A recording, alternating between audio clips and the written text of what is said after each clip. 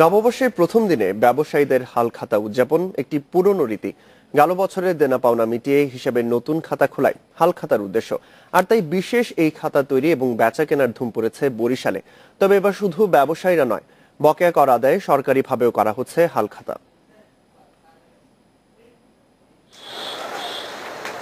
বরিশালে হিসাবের খাতা তৈরির দোকানে এখন ভীষণ ব্যস্ততা। জাবেদা, খতিয়ান, টালি খাতা, বন্ডবুক সহ নানা ধরনের খাতা তৈরি হচ্ছে। এ সময়ে এসবের চাহিদা বেড়ে যায় বহুগুণ। বৈশাখ মাসে পুরো এই লাল খাতা মনে করেন বৈশাখের খাতা 200 লোকে কাজ করি। আমাদের যে এই যে খাতা এর আপনাকে চাহিদা কিন্তু আছে। আমরা শুধুমাত্র এই পয়লা বৈশাখ উপলক্ষে এই খাতা আপনাকে এই করি এবং প্রতি বছরই আপনাকে এর বাড়ে, কমে না। এক সময় নববর্ষে হালখাতা ব্যবসায়ীদের জন্য ছিল অনেকটা বাধ্যতামূলক।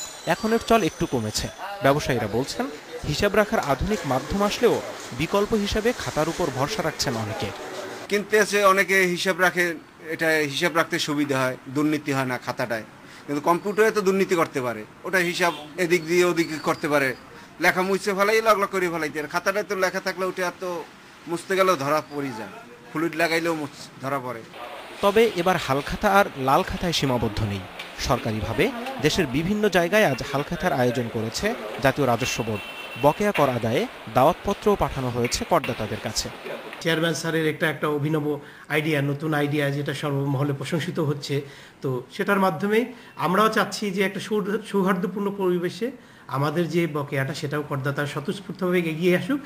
এখন থেকে প্রতি বছর হালখাতা করার কথা জানিয়েছে রাজস্ব বিভাগ।